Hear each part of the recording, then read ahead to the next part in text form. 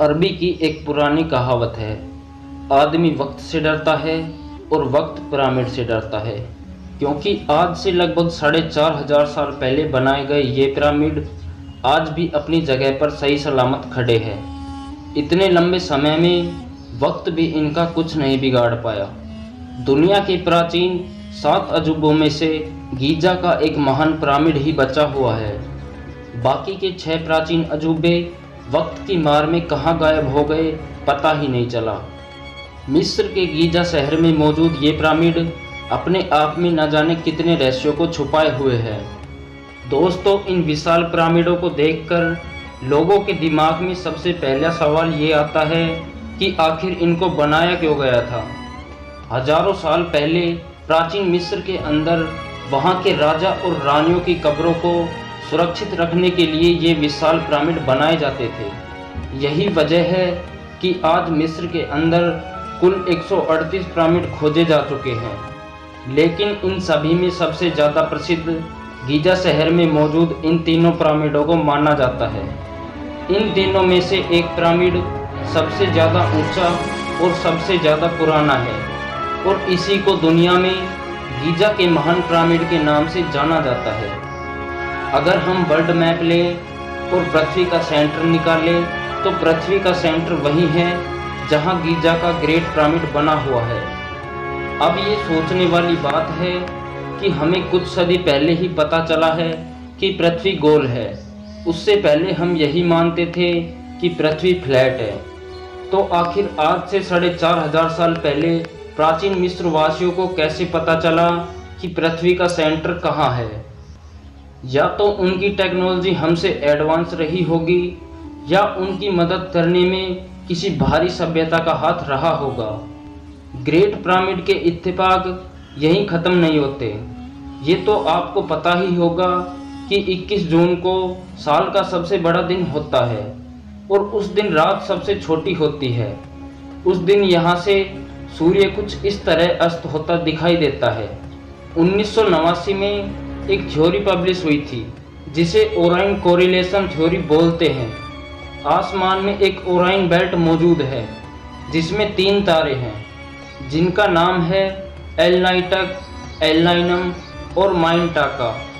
Giza के ये pyramid ओराइन belt में मौजूद इन तीनों तारों से अलाइन करते हैं और ये अब तक भी नहीं पता चला कि इन पिरामिड्स को इस तरह क्यों बनाया गया था।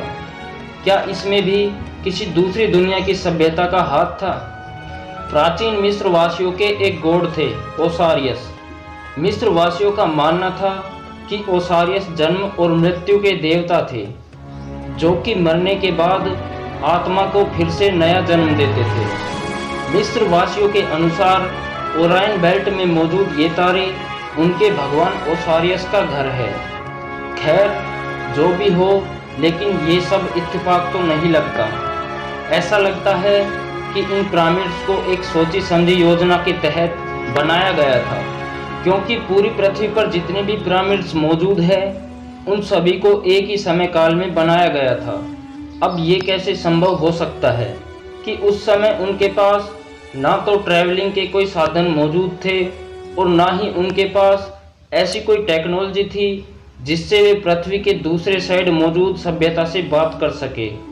ऐसा लगता है कि इतिहासकारों से 4,500 साल पहले की कोई ना कोई कड़ी तो छूट रही है जो आज कई अनसुलझे सवाल पैदा करती है, जिनकी गुत्थी सुलझाने में आज हम उलझे हुए हैं। ये तो हमने पिरामिड्स की जियोमेट्री और जियोग्राफी को जाना, लेकिन पिरामिड्स के रहस्य यहीं ख़त्म नहीं होते। वैज्ञानिकों को जो सवाल असमंजस में डालते हैं उनमें से पहला है कि आखिर पिरामिड्स क्यों बनाए गए थे। क्या ये मिस्र के राजाओं के मकबरे हैं? क्या इनमें उस समय खाने पीने की सामग्री को संरक्षित किया जाता था? क्या ये उस समय किसी साइंस एक्सपेरिमेंट का हिस्सा थे? क्या ये किसी तरह के पावर हाउस थे? ऐसे सवाल तो बहुत है, लेकिन सटीक जवाब कोई नहीं। चलिए मान लेते हैं कि मिस्र के पिरामिड वहाँ के प्राचीन राजाओं के मकबरे हैं, लेकिन सवाल ये है कि मिस्र में जितने भी पिरामिड्स हैं उनमें आज तक किसी भी पिरामिड्स में कोई भी मम्मी यानी राजाओं का कंकाल नहीं मिला और ना ही वहां पर आज तक कोई ताबूत मिला।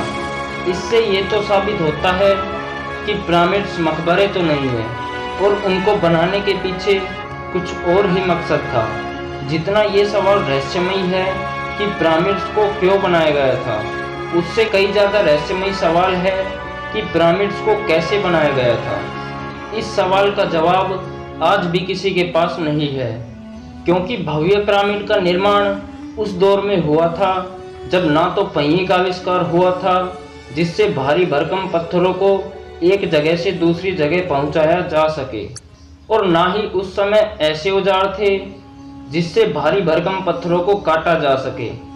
लेकिन प्राचीन मिस्र वासियों ने उस समय बिना किसी धातु के औजार के उन पत्थरों को कैसे काटा होगा।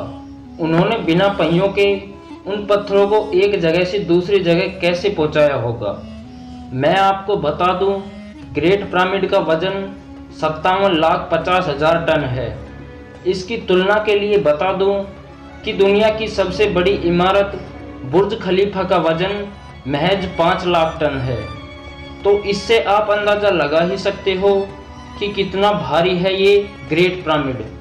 आपको बता दूं कि इस पिरामिड की ऊंचाई 450 फुट है और इसका आधार 13 एकड़ में फैला है। इसमें 23 लाख चूना पत्थरों का इस्तेमाल किया गया है, जिनमें से हर एक पत्थर का वजन 20 टन से लेकर 80 टन तक है। अब सवाल ये है कि इतने भारी पत्थरों को बिना किसी क्रेन के इतने ऊपर कैसे पहुंचाया गया। आम धारणा के अनुसार ऐसा माना जाता है कि ग्रेट पिरामिड का निर्माण 20 सालों में पूरा हो गया था और भारी भरकम पत्थरों को पहाड़ों से काटकर लकड़ियों और रस्सियों के सहारे खींचकर लाया गया था। लेकिन अगर पिरामिड्स को ऐसे ही बनाया गया था तो उनके पास सिर्फ 2.5 मिनट होता था, जिसमें किसी पत्थर को पहाड़ से काटने, उनको वहां से मरुस्थल तक लाने और उस पत्थर को तराशने और अंत में उस पत्थर को इतनी ऊंचाई तक लगाने के लिए।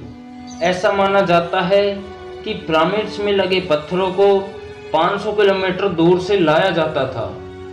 2.5 मिनट में इतना सारा काम करने पर ही 23 लाख पत्थरों को 20 सालों में चढ़ाया गया होगा। बिना किसी टेक्नोलॉजी के ऐसा कर पाना असंभव है। या तो उनकी टेक्नोलॉजी हमसे कई ज़्यादा एडवांस थी, या उनको बनाने के पीछे किसी दूसरी इंटेलिजेंट सभ्यता का हाथ था। खैर कुछ भी हो, लेकिन उनके पास कोई ना कोई ऐसी टेक्नोलॉजी ज़रूर थी जो आज हमसे छिपी हुई है। जब वैज्ञानिकों ने पिरामिड्स के अंदर खोजबीन की, तब उन्हें पता चला कि पिरामिड्स की नुकीली छत सोने की बनी हुई है। इसी बात को लेकर वैज्ञानिकों ने एक थ्योरी के बारे में सोचा। सोना विद्युत के सबसे अच्छे चालकों में से एक है। ये विद्युत को पास करने में मदद कर सकता है, और हो सकता है कि पिरामिड्स के आसपास के इलाकों में बिजली का यही कारण रहा हो। वैज्ञानिकों के दावे के अनुसार हो सकता है कि पिरामिड्स राजाओं का मकबरा न होकर बिजली घर या पावर हाउस का काम करते हों। खैर दोस्तों, ये भी केवल एक दावा है। हमें कमेंट करके बताइए आपको इस दावे पर कितना यकीन है। दोस्तों, आज के लिए बस इतना ही। आशा करता हूँ आपको वीडियो पसंद आई होगी। अगर वीडियो पसंद आई हो तो वीडियो को लाइक और शेयर करें। साथ ही साथ हमारे चैनल अंतरिक्ष वर्ल्ड को सब्सक्राइब करें। मिलते हैं एक और रोमांचक और ज्ञानवर्धक वीडियो के साथ। तब तक के लिए नमस्कार।